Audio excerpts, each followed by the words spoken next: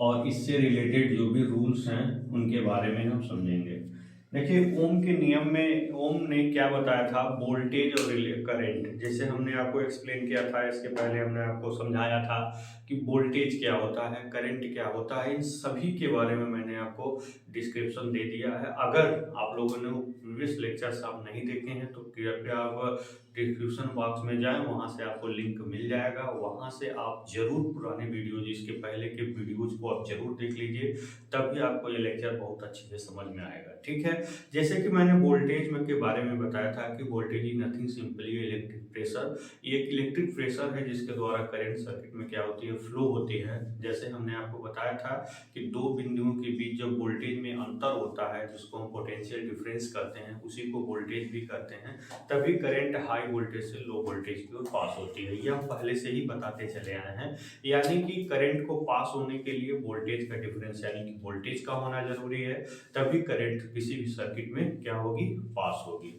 तो दोस्तों, मान लीजिए कि कोई आपका कंडक्टर है, तो कंडक्टर में रेसिस्टेंस होते हैं, वो मान लीजिए R है और इसके क्रॉस वोल्टेज मान लीजिए V है। ठीक है, ये रेसिस्टेंस ये क्या होता है, इसके बारे में हम डिटेल स्टडी करने वाले हैं। बस यहाँ पे ये जानिए कि जब करंट किसी सर्किट में या किसी कंडक्टर में जब करंट फ्लो होता है या कंडक्टर किसी सर्किट में जब पास होता है, तो होता क्या है कि उसके मार्ग में कुछ ऑब्स्टेकल आते हैं, कुछ अपोजिंग आते हैं, उसके मार्ग में कुछ रुकावट आती है, कुछ बाधाएं आती हैं, उसी को ही हम क्या कहते हैं, रेसिस्टेंस कहते हैं। जैसे मान लीजिए कि आप धरती पे चलते हैं, अर्थ पे चलते हैं, तो आपके पैरों के तल और अर्थ के तल दोनों के प्लेन के मध्य में एक फ्रिक्शन फोर्स, घर्षण बल काम करता है।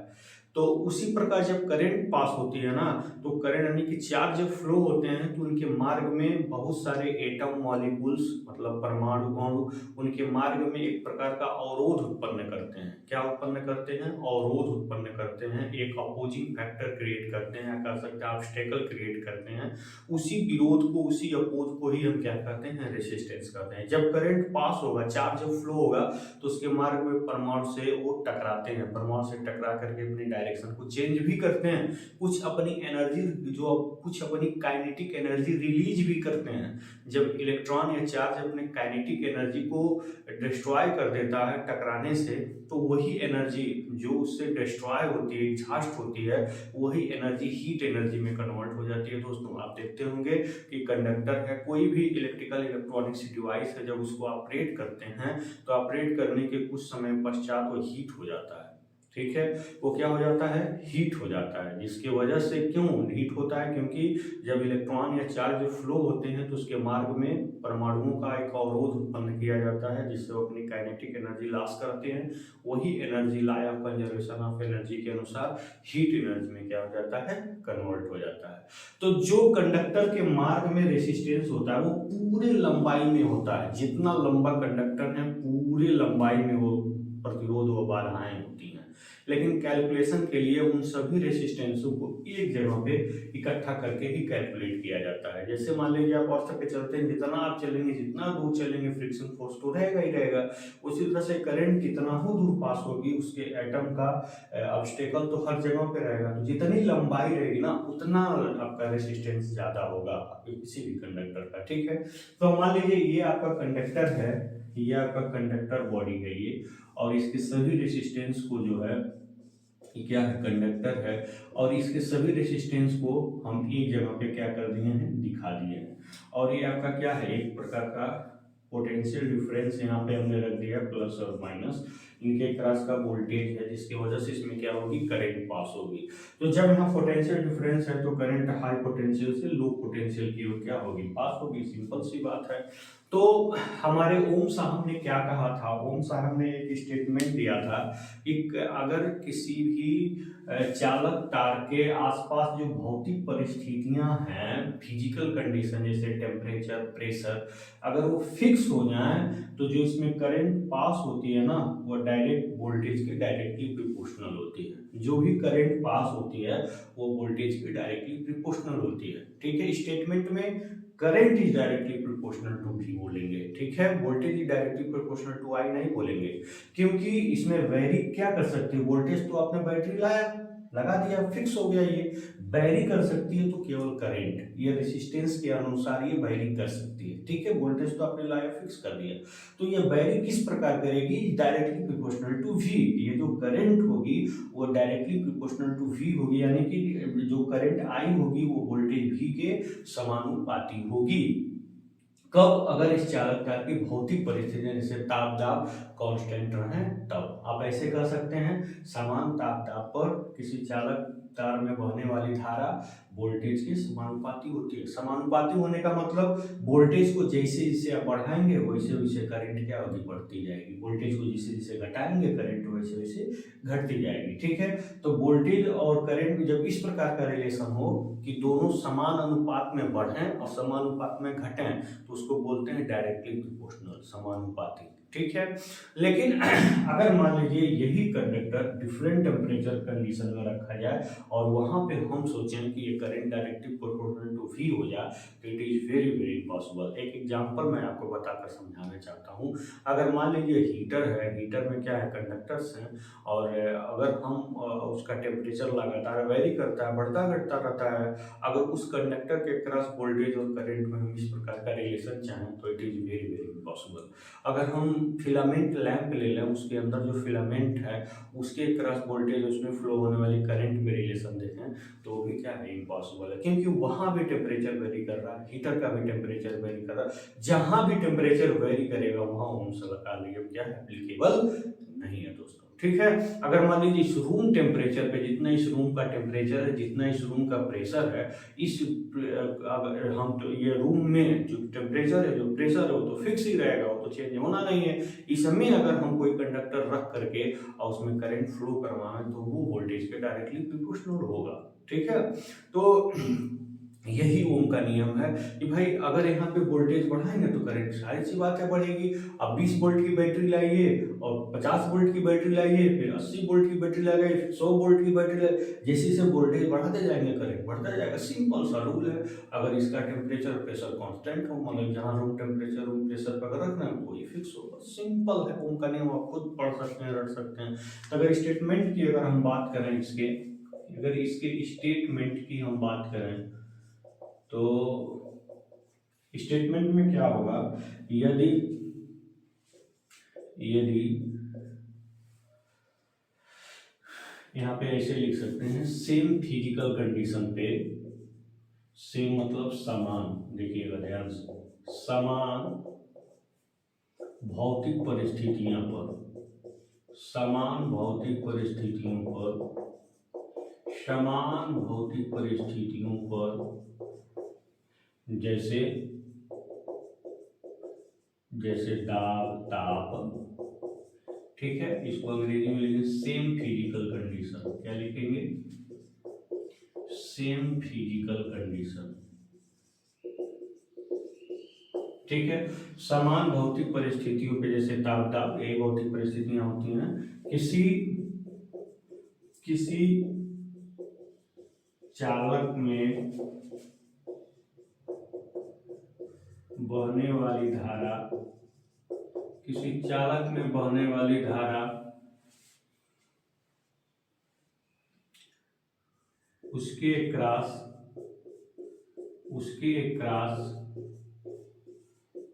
वोल्टेज के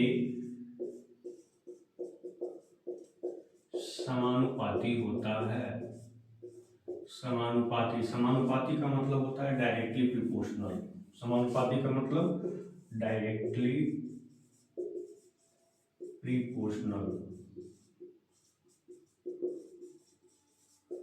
ठीक है। उसके क्रॉस वोल्टेज के समानुपाती होता है, ठीक है। उसके क्रॉस वोल्टेज का हम भी लिख सकते हैं, ठीक है। अकॉर्डिंग टू दिस स्टेटमेंट जो आपका आई है वो डायरेक्टली प्रोपोर्शनल टू क्या है, वी है। आप इसको ऐसे लिख देते हैं, at the same physical condition flowing current in any conductor is directly proportional to voltage.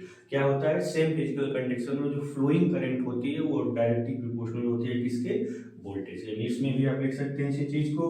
आप बाद में इसको कन्वर्ट भी कर सकते हैं, वी प्रोपोर्शनल टू आई, फिर इस प्रोपोर्शनलिटी का सिंबल हटाएंगे तो यही रेसिस्टेंस जो हमने बताया था, इस कंडक्टर के मार्ग में जो रुकावट है, जो बाधा है, उसको रेसिस्टेंस से रिप्रेजेंट करते हैं। जब ये प्रोपोर्शनलिटी का सिंबल हटाते हैं तो एक कांस्टेंट आ जाता है। क्यों कांस्टेंट आता है? ताकि दोनों साइड क्या हो जाए, बैरियर कांस्टेंट हो जाए, दोनों साइड क्या हो जाए, फिक्स हो जाए, इसीलिए यह कांस्टेंट आता है दोस्तों। ठीक है, ध्यान देना इस बात का।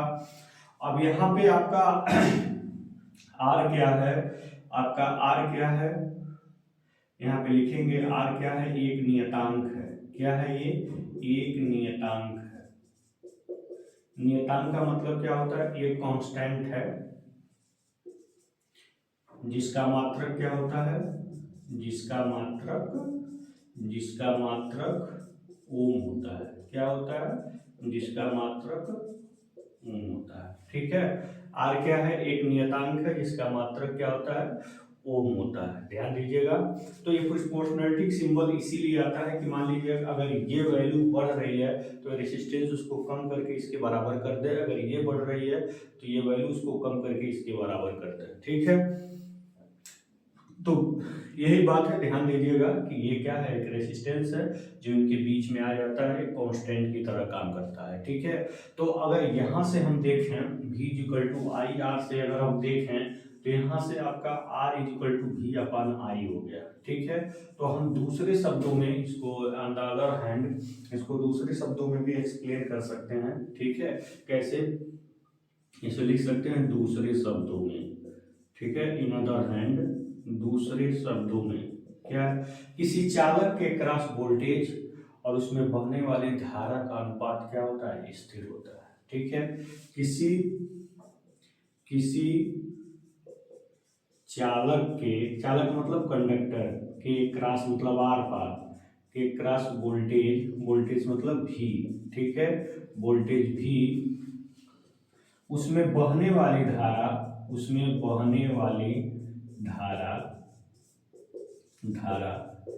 आई का अनुपात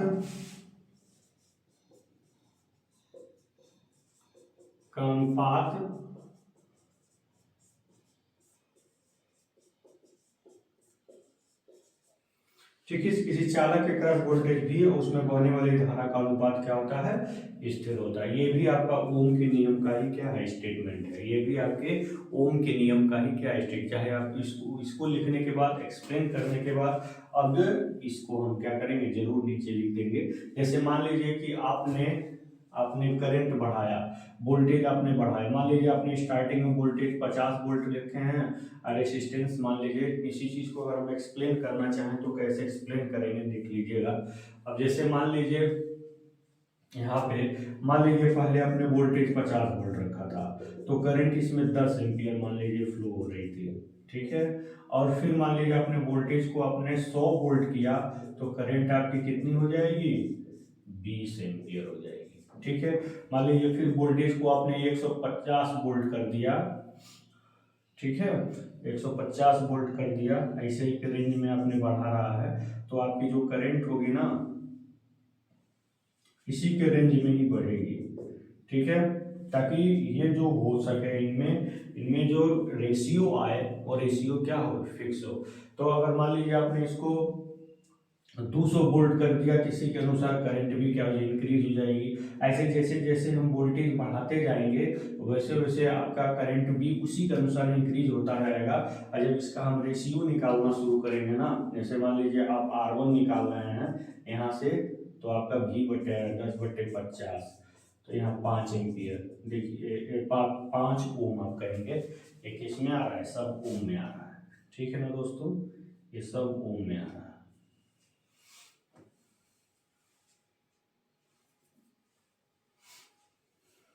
ठीक है, तो ये 5 ओम हो गया। ठीक,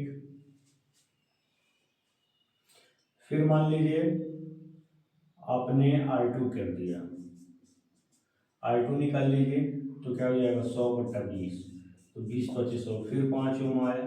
फिर आप R3 निकाल लीजिए तो ये आपका करंट क्या होगा, 30 एम्पियर होगा। तो फिर R3 आपका 150/30, फिर कितना आया, 5 ओम आया।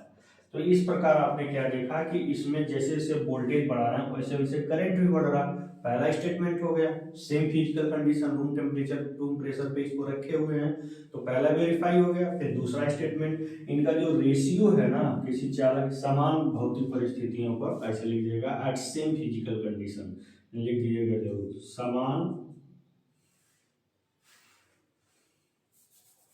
हो सकता है आपको दिखाई ना दे इसलिए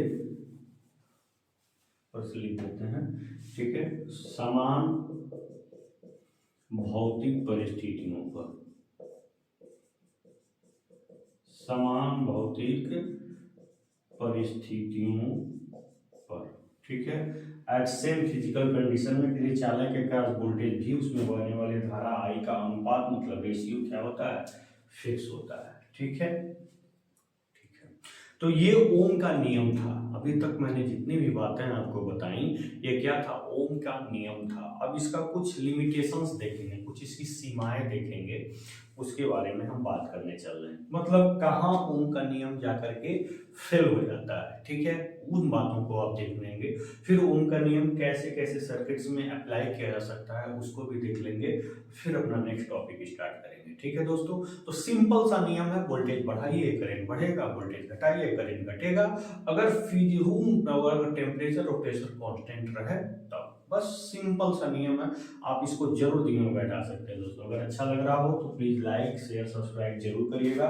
please take a screenshot, you want to take, because this is very important points which is related to BEE general engineering, BMW and the site of examination. This topics is very very important, ठीक है, ये आपके examination के लिए भी बहुत important है, इसलिए आप जरूर इसको ध्यान में रखिएगा।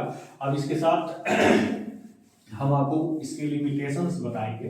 हर रूल के, हर नियम के कुछ सीमाएं होती हैं, आप शुरू से ही पढ़ते आए हैं। उस सीमा से बियॉन्ड वो रूल अप्लाई नहीं होता, काम नहीं करता है। तो बहुत सारे, कोई जरूरी नहीं है कि जो भी नियम बने वो सबके लिए एप्लीकेबल ही हों। तो सब कुछ, बहुत सारे नियम हैं भारतीय संविधान में भी, आप जानते हैं, लेकिन क्या वो सब कोई अप्लाई करता है, नहीं करता।